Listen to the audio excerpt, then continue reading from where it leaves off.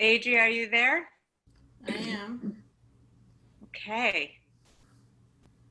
Okay. I tried to do something a little different, Very beautiful. so I apologize if one of the voices sounds a little bit electronic.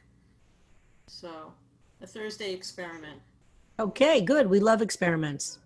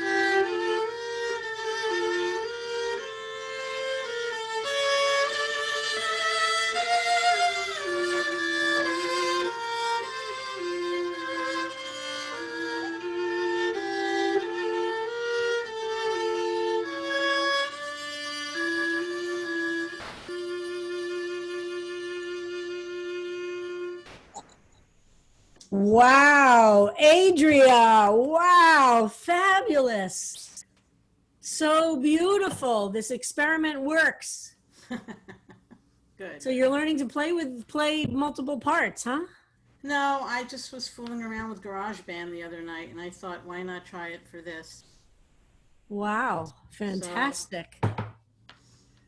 That's so But the beautiful. real Thank you. clue is that while I was practicing this morning, I erased the track accidentally that I had recorded to play to.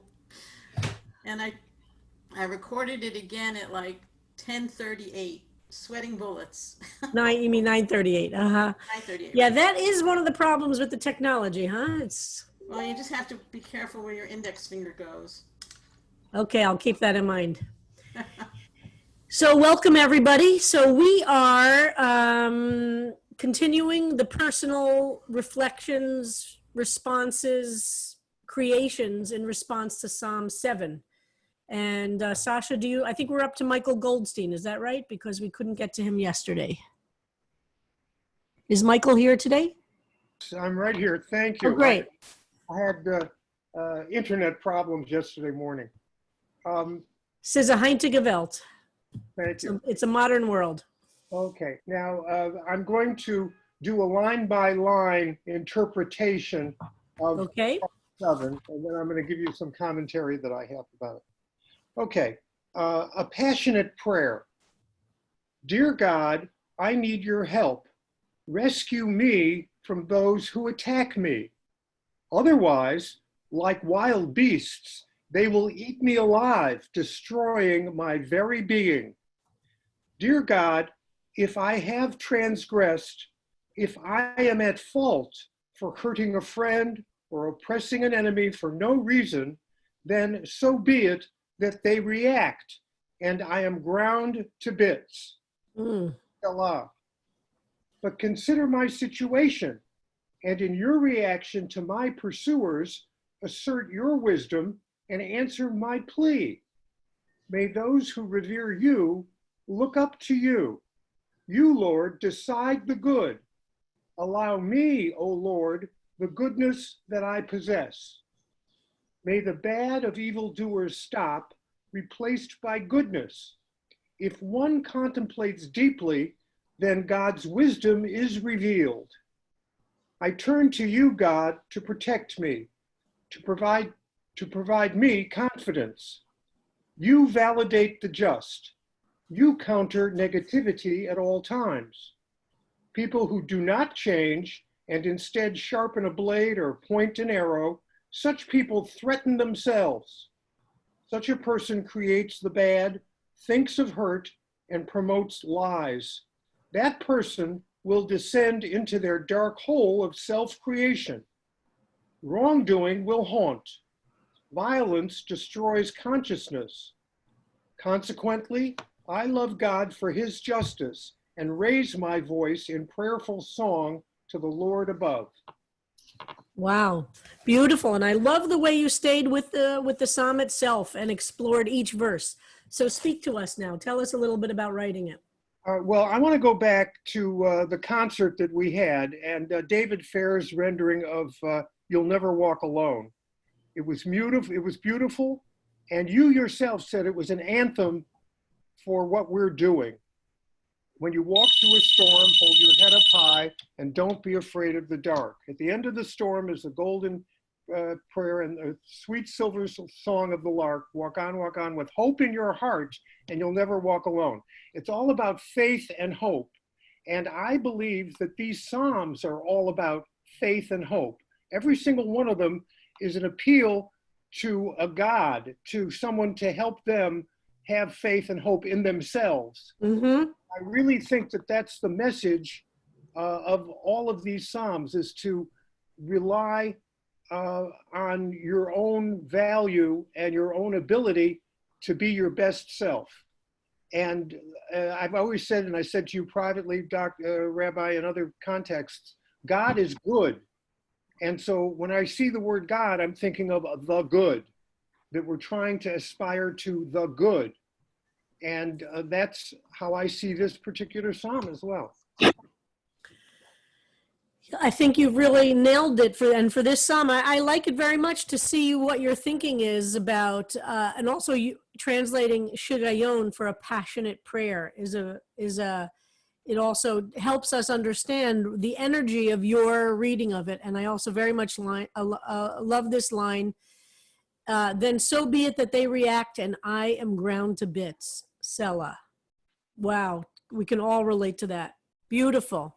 And dear God, I need your help. Rescue me from those who attack me. It is so personal, so direct. Otherwise, like wild beasts, they will eat me alive, destroying my very being. It's so powerful, so direct. And we can certainly feel your feeling in this psalm. Beautiful. And I think you're right about the aspirational.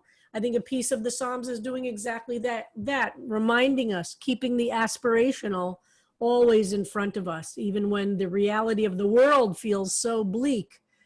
And you turn to the aspirational as the Psalm evolves. May the bad of evildoers stop, replaced by goodness. I turn to you to protect me, to provide me confidence. And also you're saying it doesn't happen so simply. You turn for it, you look for it, even while we feel badly, and developing those muscles to be able to do it so that when things are really rough, we'll have some muscle memory to remember how to do that. Raise my voice in prayerful song, and here you use Lord where you've used God through the psalm.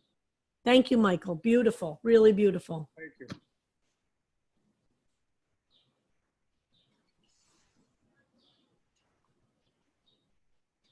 All right, who do we have as next? So I'm going to do my best to get through this. For my granddaughter on the revocation of trans healthcare protection. Bina, mother of understanding, you know my granddaughter. He prays to you from her pillow. She was only on this earth for 2 years when she began to fight for her life. What does a 2-year-old know? She knows herself, but surprised that we who loved her so didn't know. At 11, she's a mixture of bravado and fear, of self-confidence and diffidence. Her hair a tangle of blue and green and pink. Her eyes wide open, seeming wider without the eyelashes she pulled out. And I love her with a visceral grandma love. I hear the breath of a lion panting, seeking her out, ready to rip her dignity to shreds, to gnaw at her soul. Feeling powerless to shield her from that pain, I seek the shelter of your understanding love and power. She is blameless. Shield her, deliver her from all evildoers. May they feel powerless in the pit of their own devising. May they learn humility and kindness. And may you, Mother of Understanding, hear the passion in my prayer and be a shield for my granddaughter and all in need of your protection. I will not sigh, but shout Salah as a battle cry.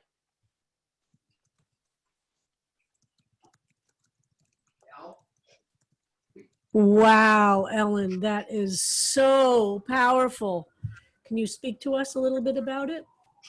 Well, you know, we always think of the feminine attribute of God as Shekhinah, but to me, Bina means mother, means understanding, kindness, heart, light, all the things that I am looking to God for now. And my granddaughter is beautiful and talented and full of life. And I'm so fearful that the medical help that she needs is somehow going to be restricted, or that my daughter is going to have to engage in yet another fight to get her the medical help she needs. Tell me about reading this psalm, how it inspired you. What in the psalm inspired you? Well, certainly the part about the lion. Mm-hmm. That's how I feel when I first heard that that executive order. It just really did feel like evildoers coming after her, Yeah. and it's her dignity. It's being called by her right pronouns, being called by her name. So that's why I say gnaw at her soul, because it's going to the very essence of who she is. And then the psalm is talking about God as a shield. And Yes. I've used the word shield a number of times in this because that's what she needs. Yeah. She needs to be protected. And as an individual, I feel so powerless as I see this potential harm coming to her. But I think as a community, which is what I sort of think prayer and the Psalms are all about, helps us find community. As a community, we have power. Mm-hmm. So, It's exquisite. This is really exquisite, Ellen, and your ability to relate to this psalm. Think about that. This psalm, 2,500 years old, so deeply connects to what your granddaughter is going through right now with the evildoers of the world in which we live, and praying for her protection. And I love the idea of Binah, which is the Hebrew word for understanding or wisdom even. Binah is understanding, and it is in the feminine form with the hey ending like that. So that's a beautiful expression of God's presence, of mother of understanding. Really beautiful. Really, really beautiful. And I love shout Selah as a battle cry, not a sigh. Wow. Wow. thanks, Rabbi. Really beautiful. And such, you get really deeply to this. She is blameless. Going back to this. Okay, some people are innocent and some people are victims of evildoers in the world. And wow, is this a fantastic example of that? Thank you so much for this. It was What a so gift this helpful is. to me. It was so helpful to me that you've given us the freedom to reach into ourselves. Yes. And so it was very comforting to be able to write it and to be able to share it. So thank you. And Ellen, this can be your daily prayer on behalf of your granddaughter. We think that we can't always do something to change a situation, but prayer is a powerful energy into the universe. And what a beautiful prayer you've written, which is a great expression of a piece of what Psalms are. They're prayers. So this is yours. It's beautiful. She's lucky to have you as a grandmother. Thanks. May she be protected, as Rafaela says. Please, God. Please, God. All right, who do we have as next? Okay.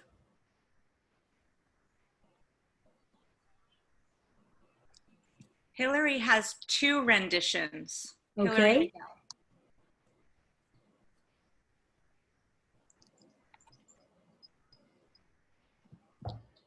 are you here, Hillary?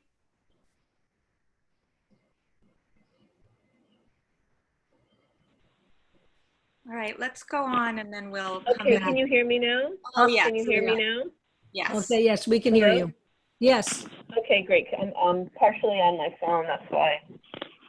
Okay, rendition 1. This is not about me, but someone else.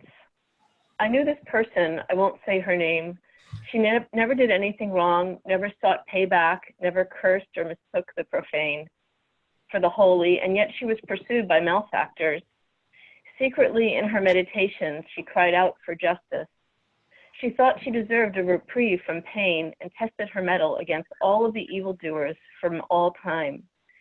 She even dared the universe to destroy her if she had done anything wrong, and she asked for the most holy to search inside her for any iota of evil, but none could be found.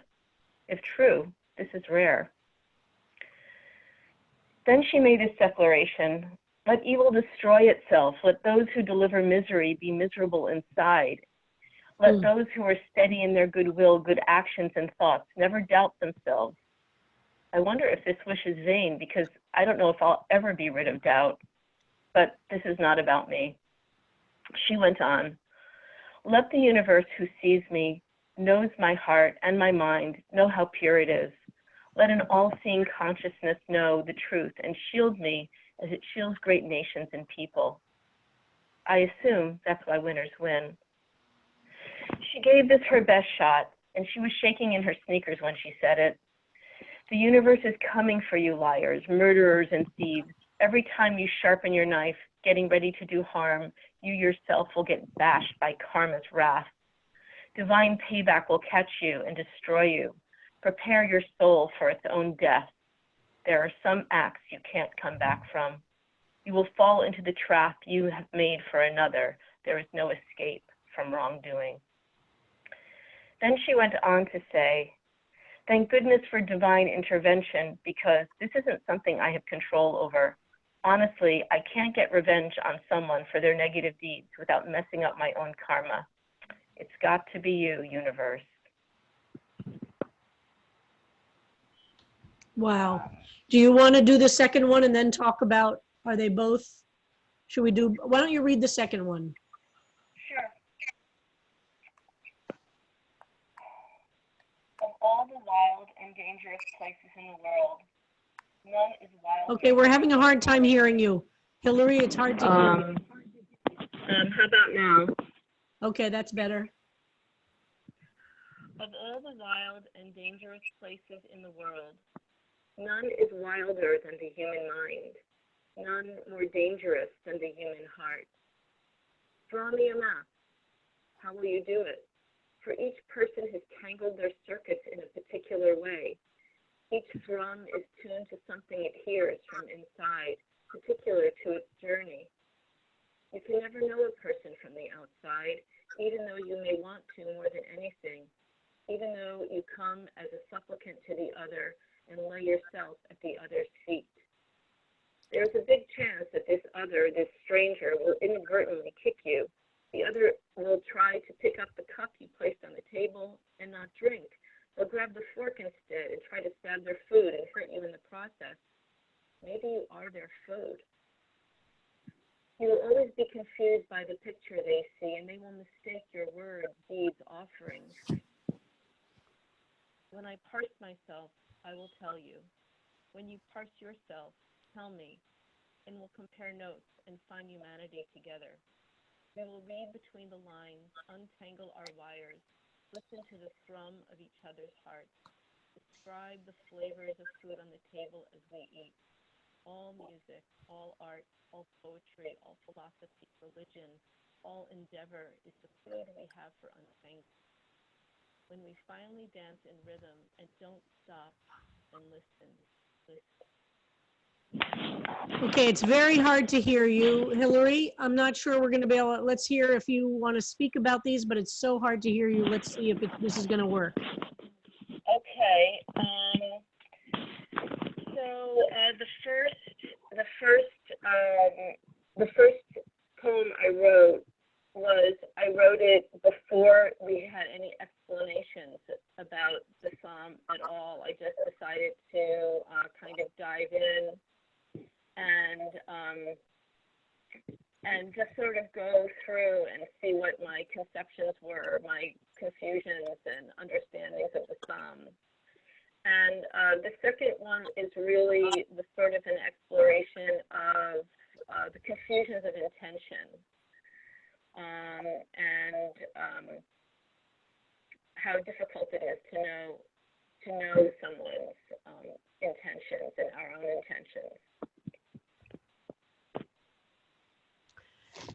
Yeah, I have to say I'm having a hard time understanding you. I don't know if others are, but it's very hard to hear you. So I think we're going to have to end the conversation right now, but it's the poems you've written are spectacular and beautiful.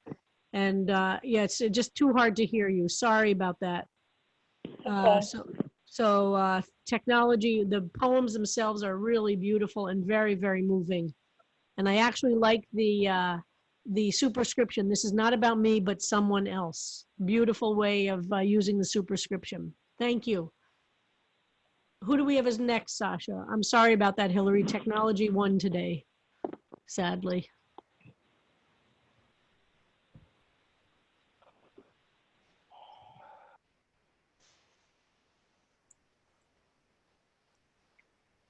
Next, we have Sarah Siegel. Okay, here goes. Just a sec. Trying to read it from my own. Excuse me. I'm sorry, everybody. Just one moment. Okay. All right. Psalm 7, Racism Reckoning. Forgive a Freudian slip up front. When I first saw Safaria.org's Cush, I mistook it for Cushy, which is a modern Hebrew slur akin with a similar American racist slur. My frame of reference, not the psalmist's. Not only leonine eyes might cut me for my just barely subdermal self-consciousness around race, or are these just fancy words for my racism? Will you and Black people forgive me? If I show contrition, but then share with you how my father once smiled with mistaken pride when I opted not to eat the cone that a Black friendly server handed me, if you know my father was quietly yet unashamedly racist. What are you smiling at? I asked him as I tossed an ice cream's cone in the trash at 10. He had his hand on it, so you're not eating it. That's not why, I just didn't want it. The same father taught me to sing way down upon the Swanee River, and whenever rebuked for his bigotry, excused it with, I'm from the South, Washington, D.C. Am I, now aiming to be righteous around race, still doomed? Can I undig the hole I dug last week when I told a Black friend, I hope you're not insulted, but you get that Jews have been seen as less than human too, right? I am insulted, she affirmed, reminding me, you don't need to be Jewish to know that. But Black people were carted here in ships as chattel. Truly, no people has been as disrespected here as Black people. Now I, my father's youngest daughter, am readying our household to move to the white-hot center of the civil rights movement's hardest moment. Well, it's more than 20 miles east of the Lorraine Hotel and Motel in Memphis. What would my father say? Would he sing a modern day psalm with me of the only 45 he ever bought me, of the only song both of us agreed was good during my preteens? Music is a world within itself, with a language we all understand, with an equal opportunity for all to sing, dance, and clap their hands. Could Stevie Wonder and Sir Duke redeem us? No. Music builds a bridge, but we, or I at this point, must cross it. How do I successfully? What do you need right now? I ask my Black friend. Compassion, that's all. Wow. Well, Sarah, you're not wrong. This word kush is the same word. So you were not wrong. We didn't really spend a lot of time on it because it's not the setting for this, but the word kush is the same word as found in this psalm, which is pronounced chush, because it doesn't have the dagesh, but it is the same word as kushi, which is a modern Hebrew word. And it's kush is it's traditionally considered the word, we don't know, land of Cush in Africa, or it's the son of Ham, one of Noah's sons. So it has reference absolutely what you're describing it. So you're not wrong, and you didn't mistake it. You are correct. So that's not inaccurate. The way this psalmist means it, we have no idea. Because as I described, we don't really understand that. So you didn't misunderstand the word itself. There are reasons grammatically why it's pronounced chush in the psalm, but kush in your experience of it in modern Hebrew. And that goes to the question of beged kefet, which I mentioned, which is when the dot appears in 6 letters of the Hebrew alphabet, and they change the pronunciation of the letter is based on where the letter appears. But that's a detail that maybe we'll study one day when we talk about the biblical Hebrew. But so it is the same word. But what a profound and beautiful response to the moment in history we are, and the honest reckoning that so many of us have racist relatives, and visibly racist. I mean, and I gave a sermon a couple of years ago which talked about the difference between direct racism and taking advantage of white privilege. And many of us have rejected direct racism. My grandfather was also from, actually, he's the one who lived in Tennessee, was very racist. And it's a dilemma. We heard it all the time as children, and I'm sure all of you have those relatives as well. We would be horrified if any of our close friends or family members would now speak that way, although we have some perhaps. But most of us still take advantage, those of us who are not Jews of color, take advantage of white privilege. Like there's a difference between that kind of racism and developing a consciousness about white privilege, which is the struggle of our universe. So, but the direct racism, I bet you if I asked for people to raise their hands, who has heard people at their tables say things that would be horrifying, I think all of us would have to raise our hands. And that's a burden the Jewish community has to own up to and deal with. So thank you, Sarah, for dealing with this so beautifully in this setting. So Sarah is moving to Memphis. I don't know that you told us. I mean, you and I have discussed it. Yeah. And just tell us when you'll be moving, just so the class knows. And because of the nature of the class, she can continue in our class. Which thrills me. So yeah, that's the thing about this this psalm. I mean,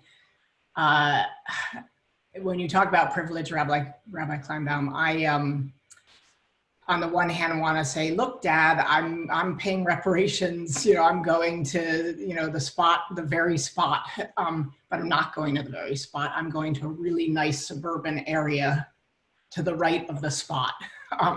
So there's a ton of privilege, that that goes with it. And still, I don't know. I mean, I live in Montclair, New Jersey, super privileged on the one hand. On the other hand, you know,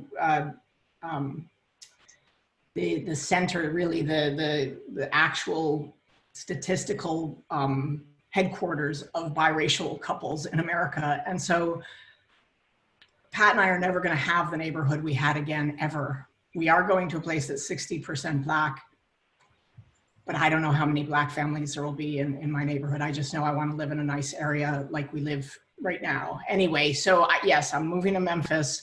It really has me thinking about my dad, you know, and his whole thing about being from the South, having been from Washington, D.C., which, by the way, in 1926 was more so the South. It is absolutely, and it's below the Mason-Dixon line. It is factually the South. But anyway, I'm so grateful. I continue to be grateful, as Ellen said, you know, for the license to just take the psalm where I need it to go. So Beautiful. Beautiful. So when will you be moving, Sarah? I'm sorry, that was your original question, July 16. July 16. But it's transparent. I mean, I really actually am planning that Pat will be driving at that point so that I don't have to miss the class. I'll take my phone from the car. I'm serious. So thanks, everybody. Beautiful. All right. Do we have, somebody just asked me about the Dagesh. I'm not sure I'll go into that now, but there are 6 letters of the Hebrew alphabet that when it has a dot in it, it's pronounced differently than when it doesn't. And those 6 letters are called Beged Kefet. People pronounce that a little differently. So the Bet, Beged, the Gimel, the Daled, the Kaf, the Kefet, the Pei, and the Taf. So those 6 letters are pronounced differently. Not in modern Israeli Hebrew, but that's one of the big differences. For instance, in Ashkenazi Hebrew, the Taf, when it has a dot in it, is pronounced hard T, and then when it doesn't have a dot in it, it's pronounced S. The Gimel also gets a dot. It's called the Dagesh, is the name of that dot. And we think originally the Gimel and the Daled were both pronounced differently with or without that Dagesh. Now we've lost those differences, but the Bet and the Kaf are the most obvious. So the Bet, when it has a dot in it, is a B. When it does not have a dot in it, it's a V. The Chaf, when it has a dot in it, it's a K. But when it does not have a dot in it, it's a Ch. And while the pronunciations change, we consider those the same letter. So there's no difference in the letter. And at the beginning of a word or the beginning of a syllable, it's always with the Dagesh, except when it follows an open syllable. So that might be more than you want to know. So in our psalm, in verse 1, it says, Al divrei chush. Normally, chush is pronounced kush, which is what Sarah remembers and hears in modern Hebrew because it's in the beginning of a word. So we would normally say kush, but it's following an open syllable. Divrei, A is an open syllable, so it changes and it removes the Dagesh, and we pronounce it Cha instead of Ka. So that is more than probably some of you ever want to know, and it probably just went over people's heads. It's okay, we could look at it again because it has a lot of impact to how we read biblical Hebrew. And modern Hebrew tends to use the general rule, although most Israelis, I don't know, Yael, did you learn that rule when you were a kid, for instance? And they just know it by ear. I know it by ear, although I didn't know about the open vowel. Yeah. So why it would say divrei chush, not divrei kush. Yeah, I would say kush. See, that's what, so Israelis have lost because it's the beginning of a word, but I bet you there are some where you would think of, like, for instance, mi chamocha. We don't say mi kamocha, although there is a Dagesh in the other one because mi ka is the beginning of a word, but mi, E, is an open vowel, so we say mi chamocha. And I can give you lots and lots of examples, and you naturally do it. So Yael, would you naturally say mi kamocha or mi chamocha? I always say kamocha. See, there you go. So Israelis, again, grammar, like, American, who knows grammar of the language they just speak, only if you study it. But if you study a lot of Latin, you start to really learn American grammar, English grammar too. But okay, so that's very interesting for those who, and it comes up a lot. So the beginning of the word of the verse 3 of Psalm 7's verse 3, pen e troph. So there's a pay, and because it's the beginning of a word, it gets the dagesh. So that's clear. It's not following an open syllable. It's the beginning of a word. And yitrov ke aryeh. Ke has the dagesh because the word that comes before it, closed syllable. It ends with a consonant, so it's a closed syllable. So that's for those of you who are interested in that. You could look at it, and you'll notice in biblical Hebrew, sometimes a gimel and a daled has a dagesh in it, but we don't pronounce them ever differently. So just a little, okay. Sarah, Sasha, do we have somebody else? What? Yeah, El, did you? Yeah, so Sarah and I had a conversation about this on Facebook about whether Kushi was a derogatory term or not. And Sarah found an article that, I don't know, Sarah, if you want to say anything. Oh, I didn't see that. Depending on how you pronounce it, Kushi or Kushi, it's derogatory or not. So it's very nuanced, actually. Interesting. I didn't know that. I didn't either. Very interesting. Would you naturally say it's derogatory? I thought it was not. Uh-huh. So that was the conversation about, because Sarah said it was derogatory, and I said, I don't think it is. And then Sarah found this article that said, depending on how you pronounce it, it could be derogatory or not. So wow, Kushi is derogatory, but Kushi is not. I have to say, I think it's a good sign that Yael had no idea it was a derogatory term. She must come from a decent family. That's what I want to say. Well, it would be interesting to see how it's used today with all of the Sudanese refugees and asylum seekers who are in Israel, who are experiencing tremendous racism. Right. There were no Sudanese or Ethiopian Jews in Israel when I was growing up. This came. So that might account for. But that's interesting. I'm going to ask some of my Israeli friends. So what does it mean? Cindy's asking what it means. The word Cush is a biblical word, which is the son of Ham, who's the son of Noah. And it's typically used for Africa or a place in Africa. We think maybe it's even Ethiopia. Nobody really knows that for sure. So it means it's often used as a dark-skinned person, somebody from Cush. It doesn't mean that at all in this sentence. That's why I didn't spend time on it. This sentence, we don't have any idea why, as I said, what it's trying to identify. But it is a fascinating word in biblical and then in modern Hebrew. So Rabbi, we have Judy Hollander and Peter Klein. It's 10:38. And also Hillary, I think, figured out her audio. All right, so maybe Hillary, we have you speak about it, and that will be the last one. And then today is Thursday, right? So then on Monday, we'll finish with Psalm 7 and we'll continue with Psalm 8. How's that sound? Very good.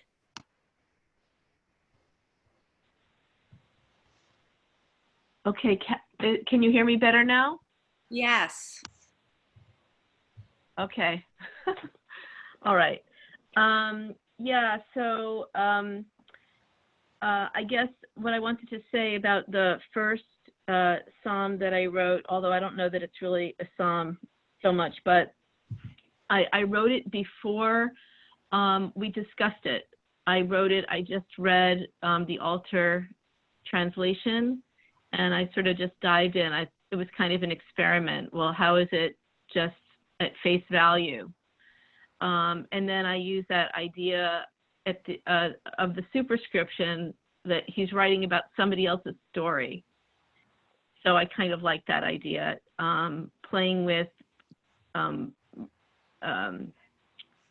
sort of making the story about somebody else, not about myself. And of course, that's impossible to do, isn't it? I just found myself a little bit stuck in the literalness of the psalm, and it was really hard for me to understand the underlying, the meaning, some of the underlying meaning of it. So I think that's in the psalm also. And in the second one, I'm really focusing more on intention and the complexities of intention, how difficult it is to understand another person's intention, even your own intention sometimes. So that's about it. It's beautiful. It's beautiful. And that issue about intention is very powerfully at the basis of so much of the way we interact in the world, and the difference between intention and impact has a huge influence both on how we react to other people and the ability to control the gap between our own intention and impact. And I think you get at that beautifully. Thank you, Hillary. So we have a few minutes to have some music at the end, or any other, before we go into the music, just, are there any comments about any of the things from today? We have a couple of minutes without, I don't want to start somebody new and cut them off. Rabbi, it's Judy. Yes, Judy. Push. I don't know if it's anything to do with anything, but I was reading, just on my spare time, I was reading second chapter of Genesis, and there are 4 rivers around the Garden of Eden, and one of the rivers, Gittin or something, goes to Cush.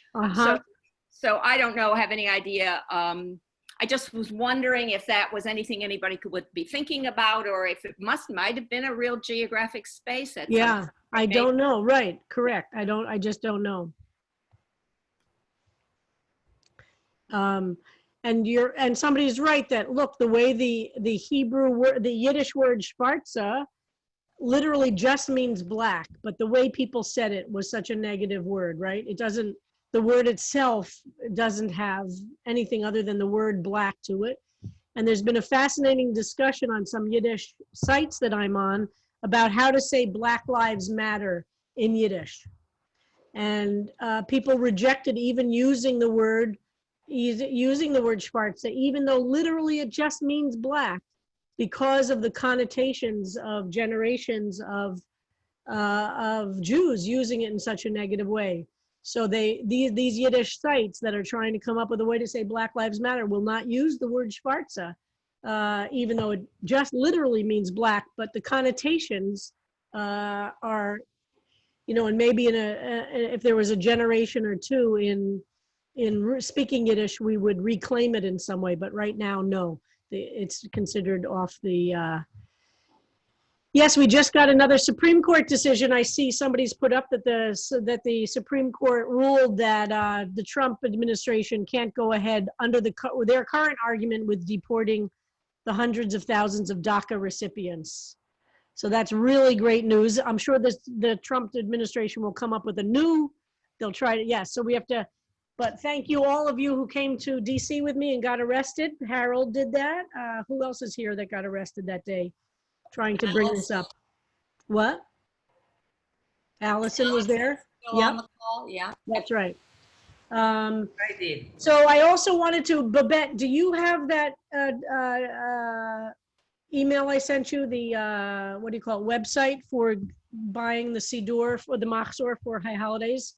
I sent it to Babette to put up what I mentioned the other day, that we're going to be, it turns out that until June 30th, the conservative movement's Machzor is a lot cheaper. So if you buy it by June 29th, it's a great break. But as I said, CBS, if anybody can't afford it, write to me at rabbi@cbst.org, and we will make sure you get a Machzor for those for whom it's too expensive. Yes, thank you, Babette. Just put up the link. I encourage everybody to order one as quickly as possible. That's what we will be using for the High Holy Days. And that way you'll have a Machzor in your home, or 2 if you want to, if there are multiple people. All right, so and just for announcements for the weekend. So tonight, as some of you know, I'm interviewing Tony Kushner, still eager for questions if you want me to ask. 6 o'clock through the Stryker Center. And then tomorrow we have I'm doing a UJA thing about racism in Jewish community and other communities, or in religious communities. Tomorrow night, 6:30 services with an Oneg Zoom program afterwards with Saed Atchen, the gay Palestinian who's just written a very important book on queer Palestine. Shabbat morning services, Havdalah. I don't think, Hillary, are you doing yoga on Sunday morning? Yes, there's Hillary's yoga Sunday morning. And then I'll see everybody on Monday morning for finishing up Psalm 7 and jumping back into Psalm 8. Adria will take us out with music.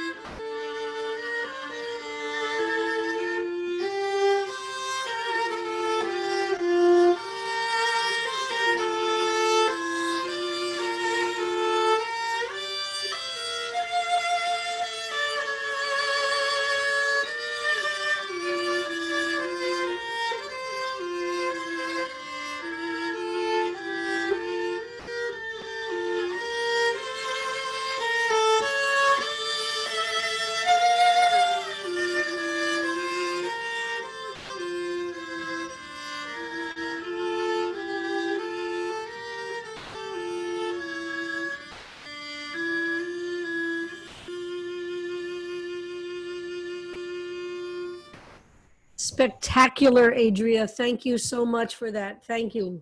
Thank you. Bye-bye, everybody. See those who will be joining us at 6 for the Tony Kushner. Otherwise, see you tomorrow or on Monday at class. Thank you, everybody.